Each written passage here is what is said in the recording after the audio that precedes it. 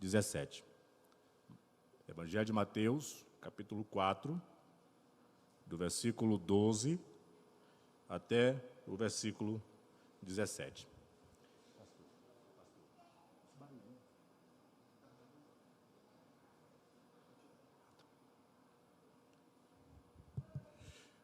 Quando Jesus ouviu que João tinha sido preso, Jesus voltou para Galiléia. Saindo de Nazaré, foi viver em Cafarnaum, que ficava junto ao mar, na região de Zebulon e Naftali, para cumprir o que foi dito pelo profeta Isaías. Isaías diz o seguinte: terra de Zebulon e terra de Naftali, caminho do mar, além do Jordão, Galiléia dos gentios. O povo que vivia nas trevas viu uma grande luz. Sobre os que viviam na terra da sombra da morte, raiou uma luz. Daí em diante, Jesus começou a pregar, dizendo: arrependam-se, pois o reino dos céus está próximo. Amém, queridos? Podem estar sentados em nome de Jesus. Senhor, que esta palavra venha entrar em nossos corações. Permita, Deus, que nós sejamos alcançados pela mensagem consoladora, pela mensagem que nos conforte, que nos reanime, que nos revigore, que nos levante e nos dê nova força. Senhor, que esta palavra alcance os nossos corações e que ela permaneça em nós, moldando o nosso caráter, moldando a nossa mente, moldando toda a nossa visão de mundo de acordo, Deus, com o Senhor. Então, meu Pai, que Teu Espírito Santo venha agir enquanto cada servo Teu ouve esta mensagem, a mensagem do Senhor. Amém. Queridos, eu não sei vocês, mas se eu perguntar para algum de vocês aqui e dizer como que você está? Normalmente, quando a gente se encontra, a gente sempre pergunta para o outro, né? Como que você está? E, independente de como a gente esteja, normalmente a gente diz: eu estou bem, está tudo bem comigo. Mas acontece que às vezes a gente não está tão bem assim. A gente só fala que está tudo bem por uma questão de costume. Outros de nós, em algumas situações da vida, já ouviu, talvez de pessoas muito próximas da gente, que, devido a gente ser quem somos, a gente nunca iria chegar a lugar algum, que não tinha muito valor, que não alcançaria nada na vida. Eu mesmo, quando era criança, eu ouvi uma fala de um vizinho, e eu guardei isso, não como mágoa, mas como ficou na minha mente. Ele me disse um dia: coitado desse daí, nunca vai ser ninguém. Só se um dia ele tiver dinheiro. Mas o que faz as pessoas pensarem isso das outras? De achar que outras pessoas nunca podem alcançar, nunca pode alcançar lugares altos, nunca pode alcançar patamares maiores, nunca pode se superar na vida, porque, como eu costumo dizer sempre, a vida é um grande desafio. Nós somos desafiados, nós somos testados, nós, às vezes, somos levados até o nosso limite para sairmos de uma situação e alcançar a situação que Deus quer que nós alcancemos. A gente ouve muito isso, palavras negativas, de pessoas que, às vezes, estão com o coração carregados de inveja, às vezes o coração carregado de rancor. Enfim, são vários os motivos que levam alguém a falar palavras negativas sobre outros ou traçar um julgamento futuro sobre a vida de outra pessoa. Por exemplo, também pode acontecer com você, de você bater numa porta de emprego, e você bate numa, você bate noutra, e essa porta não se abre nunca. E você pensa: meu Deus, será que o Senhor não está comigo? Será que o Senhor não está do meu lado? Será que o Senhor não se importa comigo? Vocês já pensaram alguma vez que Deus não se importa com você? Ou eu sou o único pecador aqui que já pensei isso? Acho que todos nós já, em algum momento da vida, já pensamos: Deus não está comigo. Deus está com fulano, porque com fulano está tudo certo. Agora, comigo, parece que se eu cair de costas, eu bato a cara no chão. Tanto que eu sou sem sorte. Mas por que será que Deus permite que as portas se fechem, que pessoas, até com coração bom, não abrem as portas para você. Eu tenho uma teoria. Isso acontece porque Deus quer que você alcance o propósito que Ele chamou para você viver. E muitas vezes a gente, quando encontra uma porta aberta, um lugar, às vezes o lugar é só de descanso, o lugar é só de preparo, a gente quer fazer aquele lugar que Deus preparou para a gente só para um descanso, a gente quer fazer dele a nossa morada eterna. A gente quer viver naquele conforto. Aí o que Deus faz? Deus acaba bagunçando o nosso ninho e nos levando a voar mais altos. Mas a realidade é que a vida é dura e é um desafio para a gente. Por que eu estou falando isso para vocês? Porque eu quero falar de um lugar, eu não quero falar de uma pessoa específica, eu quero falar de um lugar. Eu quero falar da Galileia, que também, assim como alguns de vocês aqui, já sofreu rejeição, já foi feita de escrava, já foi vista com maus olhos. Você já viu um lugar que as pessoas não veem muito bem? Tipo, fulano é daquela região. Aquela região não dá gente boa. Fulano é daquele setor, lá do setor do Adriel. Ali não dá gente boa.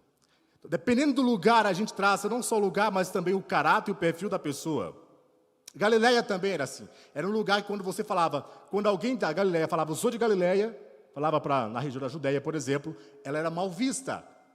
Ela não era aceita. Por isso que um dos discípulos de Jesus falou, pode vir alguma coisa boa da Galileia? Porque a terra não era boa.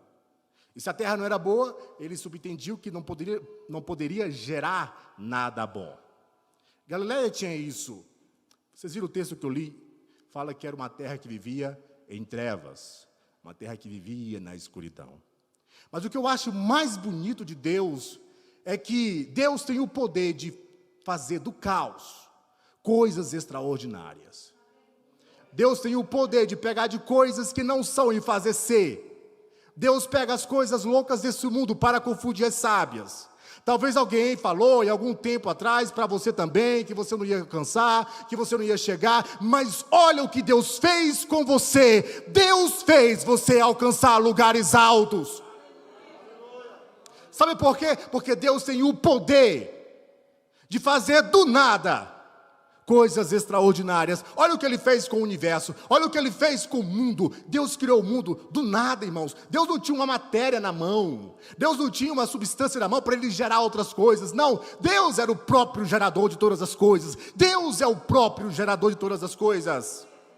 Então, se a tua vida hoje está bagunçada, se a tua vida hoje está fora do lugar, creia nesse Deus, que Ele pode organizar a sua vida, Ele pode organizar o seu casamento. Eu sempre acreditei em Deus.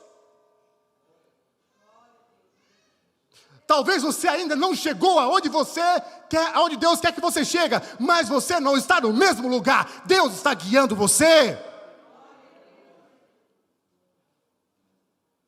Olha, a região da Galileia era um lugar completamente, queridos, desprezada pelos demais judeus. Como esse local era formado de vários outros povos, os judeus chamava a Galileia de terra dos gentios. Era uma terra miscigenada, não tinha só judeus puros, tinha pessoas de outras raças. Então, quando eles olhavam para a região da Galileia, chamava, aqueles lá são uma mistura de povos, então eles são gentios. Quando os judeus se referiam a Jesus como Galileu, eles estavam desprezando a Cristo. Em alguns momentos da Bíblia a gente vê sempre alguém falando, quem é esse Galileu? Não era um elogio, era desprezar ele. Tipo, você é Galileu, você é da região da Galileia, você veio de lá, começou a pregar lá. Desprezava Jesus por causa do lugar aonde Jesus havia nascido. A questão não é o lugar aonde você nasceu, a questão é aonde você está repousando o seu coração. E se você está repousando em Deus, o lugar onde você nasceu não define o teu caráter, não define a tua personalidade. O lugar ou a família onde você nasceu não determina o teu futuro, Deus determina o teu futuro. Talvez eu esteja falando com alguém aqui que veio de uma família toda bagunçada. Pais separados, família brigando. Pai beberrão ou a mãe beberrona. Pai que espanca os filhos. Eu não sei. Mas isso não determina o teu futuro. Quem determina o nosso futuro é Cristo. Nós somos novas pessoas em Cristo. Você já ouviu alguém dizer, você parece com teu pai? Você vai ser igualzinho teu pai quando eu crescer? Não, querido. Você vai ser igual a Cristo quando você crescer. Aleluia. 2 Reis, capítulo 15, e o versículo 29, conta um pouco por que os judeus desprezavam a região da Galileia. Eu vou aqui um contexto histórico para vocês. 2 Reis, capítulo 15, versículo 29, fala que o rei da Síria veio até Israel e levou para a Síria muitos dos moradores da região da Galileia. O que aconteceu aqui? O povo de Israel, por desobedecer a Deus, por não confiar na palavra do Senhor e passar a adorar outros deuses, a pecar contra o Senhor, Deus permitiu que se levantasse um império chamado Assírio, e o rei da Síria veio e pegou alguns judeus e levou para a terra deles. E esse povo, a maioria deles, eram galileus. Foram levados e foram miscigenados, foram misturados com outros povos. Isso aconteceu no ano 733 a.C. Essa deportação do povo é a primeira fase do castigo de Israel pelo Senhor. Lá na Síria, irmãos, esse povo caiu em pecado e prostituição espiritual.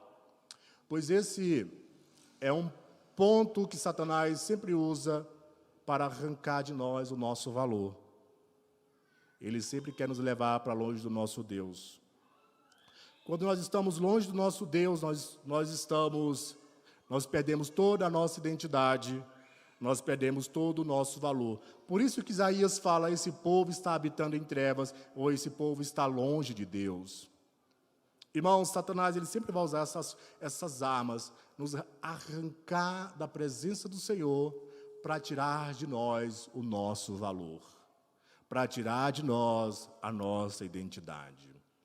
Quantos irmãos, quantas pessoas, vocês já viram na igreja, que eram pessoas abençoadíssimas e pessoas abençoadoras, mas se afastaram de Deus.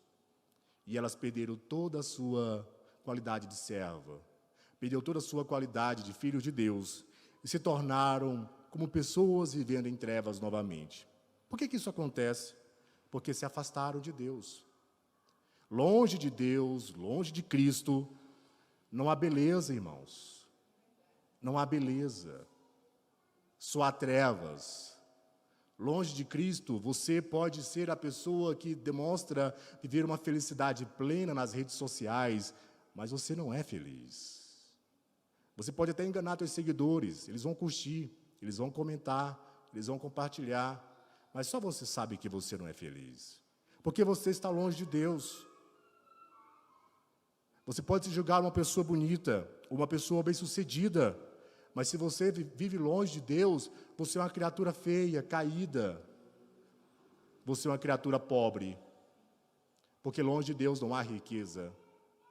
Tudo que você tem longe de Deus é inútil, até a sua juventude. Eu vejo aqui que tem muitos jovens na nossa igreja hoje. Você pensa que a tua juventude é eterna, então você pode viver longe de Deus, porque quando chegar a certa idade, você pode fazer uma nova aliança com Ele. Você está perdendo o seu tempo. Você não está ganhando o seu tempo. Pois viver longe de Deus é perder a vida. E Satanás faz isso, como esse rei da Síria fez com o povo de Israel. Levou para longe, tirou da terra deles, fez eles se misturarem com outros povos, fez eles se prostituírem, fez eles perderem a identidade deles, fez eles perderem o valor deles, fez eles perder a moral de Deus, porque longe de Deus não há moral, porque longe de Deus não há ética, longe de Deus o homem está perdido, queridos. Eles se afastaram totalmente de Deus, passando a ser um povo misto e levado por religiões pagãs. Porque quando a gente está longe de Deus, a gente não tem mais a capacidade de definir o que é certo e o que é errado. você vai dizer, tudo depende de um ponto de vista. Mas quando você está em Deus, você sabe que aonde está a verdade. Jesus, ele pregava a verdade, ele falava dele mesmo. Então, Jesus era a verdade. Jesus é a verdade. A verdade eterna. Por mais que o mundo diga que não existem verdades, que existam verdades no plural, Cristo disse, eu sou a verdade. C.S. Lewis, um escritor inglês, ele fala, diante de Cristo não há mais perguntas, pois Cristo é a resposta de tudo. Cristo é a resposta de tudo. Irmãos, olha, segunda Reis, capítulo 15, versículo 19, fala o seguinte, foi durante o reinado de Peca, que Tiglat-Pileser, rei da Síria, dirigiu um ataque contra Israel. Ele tomou as cidades, tem uns nomes bem difíceis aqui, eu vou pular, principalmente a cidade da Galileia, e toda a terra de Naftali, levando o povo como escravo para a Síria. Essa região da Galileia, por que eu estou falando da Galileia? Porque foi de lá que Cristo começou a surgir, a pregar. Essa região da Galileia era tão desprezível que não foi aceita nem mesmo como presente. Quando Salomão começou a construir o templo, ele recebeu muitos presentes de vários reis. E de um rei, ele recebeu toda a madeira. Para retribuir o presente que o rei deu, Salomão ofereceu algumas terras da Galileia. Sabe o que aquele rei falou para Salomão? Falou, essas terras não prestam para nada. Ou seja, Galileia não tinha nenhum valor, era tão desprezível que não servia sequer para ser dada como presente. O rei Salomão a deu como forma de gratidão, porém elas foram recusadas. Você já sentiu assim também? Recusado, rejeitado? A gente vive hoje numa sociedade tão corrida, e as pessoas, elas estão vivendo cada vez mais com feridas na alma. Feridas dentro da alma, feridas no seu interior. Às vezes a esposa é rejeitada pelo esposo, rejeitada pelos filhos, ou filhos pelos pais.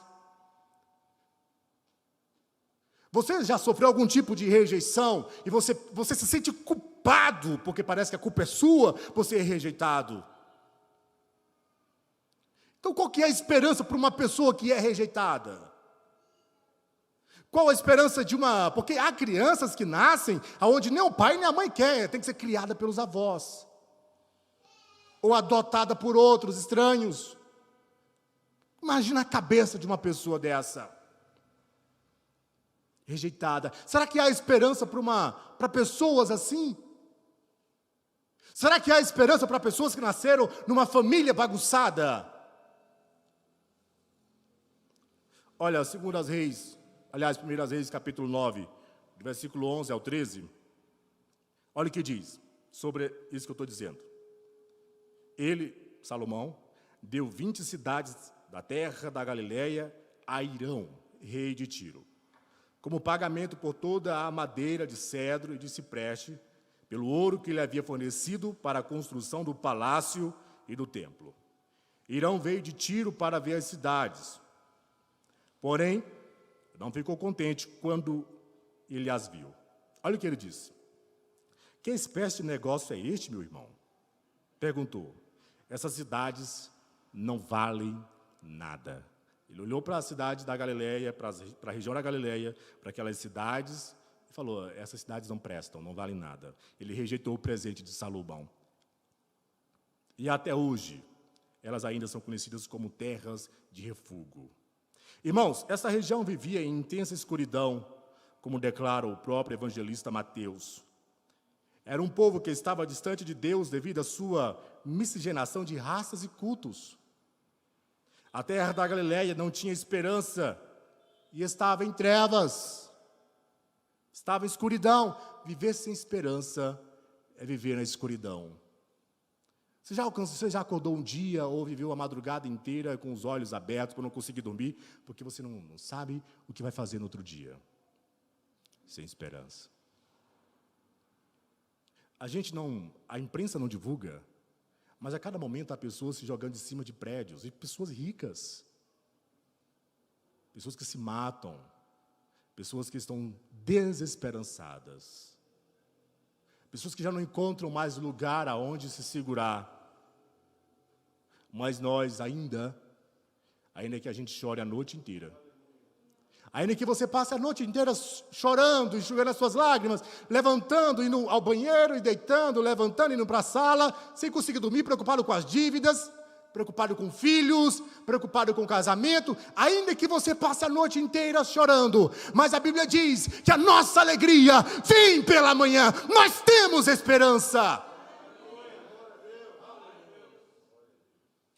Porque a própria palavra de Deus diz que há esperança para a árvore que é cortada.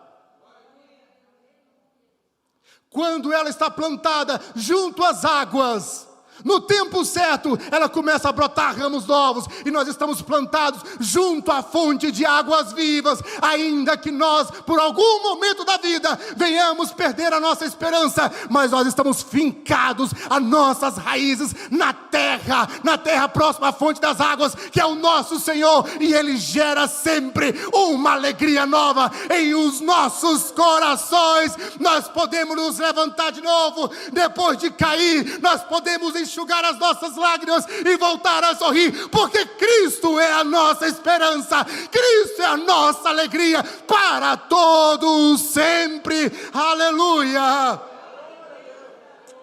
Oh, aleluia! Glória a Deus! Valdeilson, então, quer dizer que crente vai viver a vida inteira com esperança, nunca ele vai ficar triste. Não é isso que eu estou dizendo, eu só estou dizendo que Cristo nos renova. Galileia era desprezada. Olha, vocês viram, ela era um lugar que era miscigenada. Ninguém queria aquele lugar. Ninguém queria andar com aquele povo. Não era um povo de elite. Era um povo desprezado. Não era classe C, classe B. Era uma classe miserável. Vivia na escuridão. Vivia em trevas. Que esperança aquele povo tinha para existir? Irmãos, escuridão é uma palavra que no original ela fala sobre penumbra, tristeza, melancolia negra. Então esse povo vivia na tristeza, entregue à penumbra, sem esperança de salvação. Vocês já viveram com alguém que não tem esperança nenhuma? Alguém que é muito pessimista? Já ou não? É horrível, né, viver com pessoas assim. Pessoas pessimistas, que nunca têm uma palavra, porque o mundo dela, a visão de mundo dela, é sempre de derrota. É sempre de fracasso. Ela não tem esperança nenhuma. Talvez a Galileia era mais ou menos assim, sem esperança nenhuma. Sem esperança de salvação. Os judeus olhavam para o resto dos galileus e não vinha esperança neles. Afinal de contas, quem se importa com um lugar como a Galileia?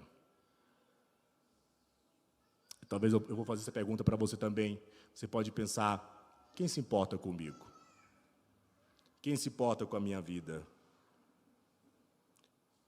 O lugar que foi considerado seco e sem vida pelo rei Irão. Ela vivia em intensas trevas, mas agora eu tenho uma palavra de Deus para você. Eu digo que é a palavra de Deus porque está na Bíblia. Olha só o que diz o profeta Isaías no capítulo 1, versículo 5. Essa palavra é para você. Você precisa pegar ela e guardar no seu coração. Pois é o Senhor falando, através da sua palavra. Isso aqui é muito lindo, guarde isso. Se você não guardar mais nada do que eu te falar, guarde pelo menos esse versículo. Olha o que diz. Por mais que você esteja vivendo em um momento difícil da vida, por mais que você esteja vivendo com uma dificuldade terrível, independente da área que você está passando agora, olha o que diz a palavra de Deus para você.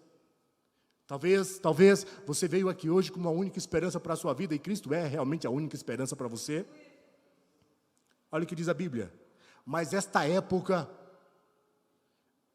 que você está vivendo, que você está passando, essa época de escuridão e desespero não vai durar para sempre. Esse momento que você está vivendo vai passar. Essa época vai passar, não vai durar para sempre. Não há noite escura que não passe. Não há trevas que não desapareça com a presença de Cristo. Então vai passar, querido. Aguente mais um pouco, porque Cristo, Deus está agindo. Por mais que você não veja, por mais que você não ouça, por mais que você não perceba, Deus está agindo, porque a palavra do Senhor diz que Deus age, Deus trabalha por aqueles que nele confiam. Então o nosso papel, como diz uma canção, é confiar em Deus. É teu, é totalmente teu, todo o trabalho. E o meu trabalho, o meu único trabalho é confiar em Deus. Aleluia. Não é a minha palavra, é a palavra de Deus. Esta época vai passar. Tudo passa nessa vida. Para tudo há um final, inclusive para a dor, inclusive para a tristeza. A Galileia dos gentios, a terra de Zebulon, região de Naphtali, que ardia em trevas, agora ela tem esperança. Por que ela tem esperança? Olha Isaías capítulo 9, versículo de 1 a 2. Mas esta época de escuridão e desespero não vai durar para sempre. Em breve Deus vai castigar a terra de Zebulon e Naphtali.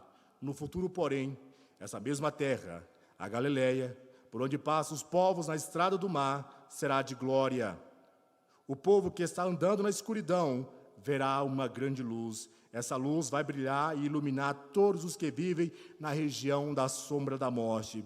Irmãos, foi de lá, da Galileia, Isaías está profetizando, está dizendo que de lá vai surgir uma luz.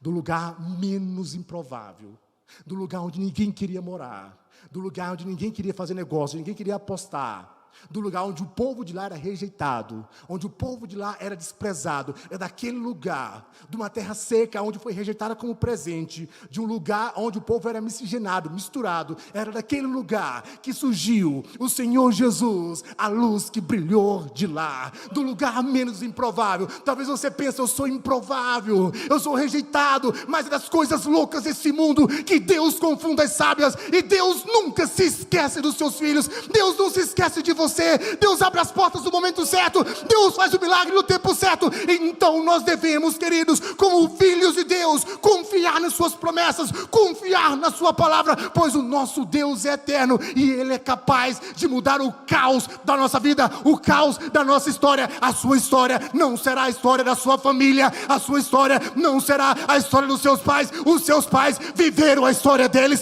a tua família viveu a história dela, e Deus tem uma história para você, uma nova história, uma nova história. Aleluia. Uma nova história. Por que meus pais foram assim? Aconteceu isso com a minha mãe, aconteceu isso com os meus irmãos, com você não. Deus tem uma nova história para você. Esta época difícil vai passar. Aleluia. Oh, aleluia.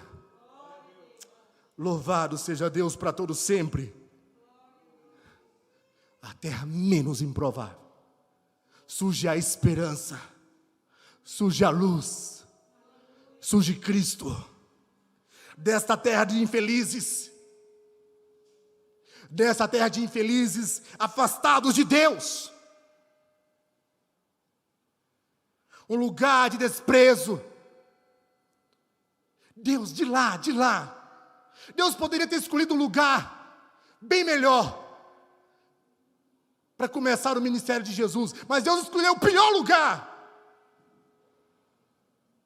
para Jesus começar o seu ministério. Talvez você não nasceu num lugar bom, você diz, Deus escolheu o pior lugar para eu nascer. Mas como eu já disse, o importante não é o lugar onde você nasceu, o importante é o lugar onde você está, e você está em Cristo. Aleluia. O seu lugar não te define, Deus te define. Não importa em qual região do país você nasceu, não importa em qual família você nasceu. Eu, por exemplo, cresci vendo padrasto, bebendo, quebrando as coisas dentro de casa, agredindo minha mãe, agredindo meus irmãos. Eu cresci vendo isso. Mas isso não me define.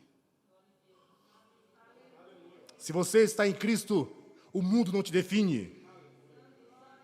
Aleluia. Glória a Deus. Foi desse lugar de pessoas infelizes, desprezadas, que Deus escolheu para começar o ministério de Jesus. A glória de Deus brilhou mais forte de lá, da Galileia. Mas qual que é a glória de Deus? O que é a glória de Deus? Qual foi essa glória que começou a brilhar naquela terra? E agora o povo que morava em trevas tem a luz de Deus. Qual é a glória de Deus? Será que a glória de Deus é um homem que está andando na orla do mar da Galileia e os seus discípulos estão jogando a rede a noite inteira e não pegaram nada? E aquele homem diz para eles: vocês pegaram alguma coisa? Vocês têm alguma coisa para comer? Será que a glória de Deus é um homem que está na cruz, com o rosto ensanguentado, com a pele toda marcada, ferida, com feridas abertas, com os braços abertos, em cada uma das mãos fincada um prego enorme? Ele está nu, no madeiro, nu. Eu acredito que seja a pior coisa do mundo é você ficar nu diante das pessoas, e você não ter sequer a capacidade de esconder as suas partes íntimas, nem com as mãos. Ele está lá nu, ele não tem como esconder uma parte íntima dele, ele está exposto. Será que essa é a glória de Deus? A glória de Deus é um homem na cruz, com uma cabeça, na cabeça uma coroa de espinho, com espinhos enormes, que cravaram em seu crânio. Essa é a glória de Deus? A glória de Deus é loucura para o mundo, mas é sabedoria e salvação para todo aquele que crê. Sim, querido, sim. Essa é a glória de Deus. Essa é a glória de Deus. É esse homem. É o Deus encarnado, rejeitado e desprezado por todos. Aí você vai dizer: nossa, como os judeus e os romanos foram terríveis em ter feito isso com Jesus. Mas quantas vezes você rejeita Jesus também? Quantas vezes você faz como o povo da Galileia, se afasta de Deus? Mas olhe para Cristo, olhe para a cruz de Cristo, e a luz do rosto dele vai brilhar no teu rosto. Não importa o que você fez, não importa o pecado que você cometeu. Você pode ter cometido o pior pecado do mundo, não há pecado que o sangue de Cristo não limpe, não perdoe. Você pode ter vivido a vida inteira em trevas, cometendo as piores atrocidades, mas se hoje você abraçar Cristo, se hoje você se arrepender dos seus pecados e crer em Cristo como o teu Salvador, todos os teus pecados são perdoados. E você vai passar a viver em luz, vai passar a ver a glória de Deus, como os galileus também passaram a ver. E a glória de Deus é uma pessoa, a glória de Deus é um homem. Aleluia. Queridos, estou quase finalizando. Olha o que diz Mateus, capítulo 4, foi a leitura que fizemos, do versículo 12 ao 17. Quando Jesus ouviu dizer que João Batista tinha sido preso, deixou a Judeia e voltou para casa, a Nazaré, na Galileia, mas logo mudou-se para Cafarnaum, na margem do lago da Galileia, perto de Zebulon e Naftali. Isso cumpriu o que foi dito pelo profeta Isaías: a terra de Zebulon e a terra de Naftali, na margem do lago, e o território além do rio Jordão e a Galileia. Ali, o povo que estava sentado na escuridão viu uma grande luz. Eles estavam sentados na terra da morte, e a luz se derramou sobre eles. Daí em diante, Jesus começou a pregar: deixe o pecado e volte-se para Deus, porque o reino de Deus está próximo.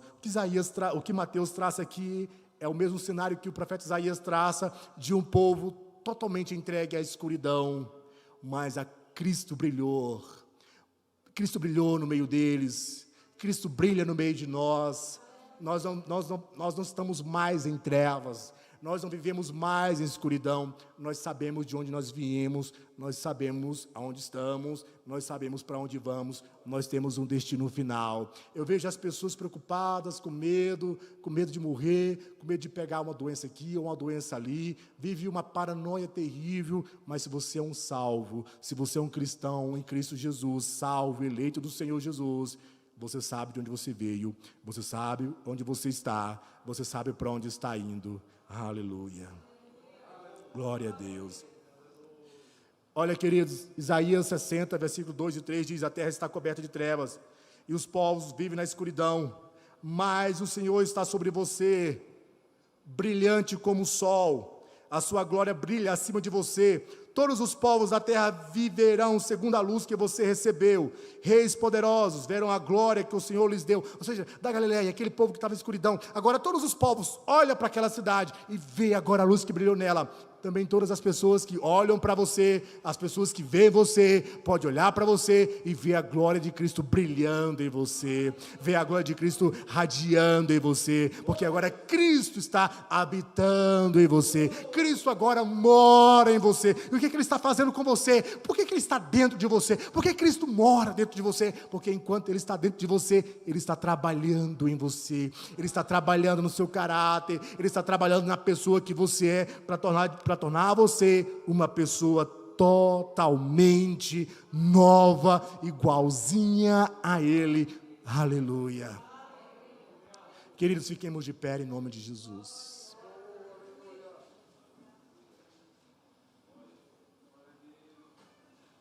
Olha, o diabo não tem mais o poder de nos jogar em trevas novamente.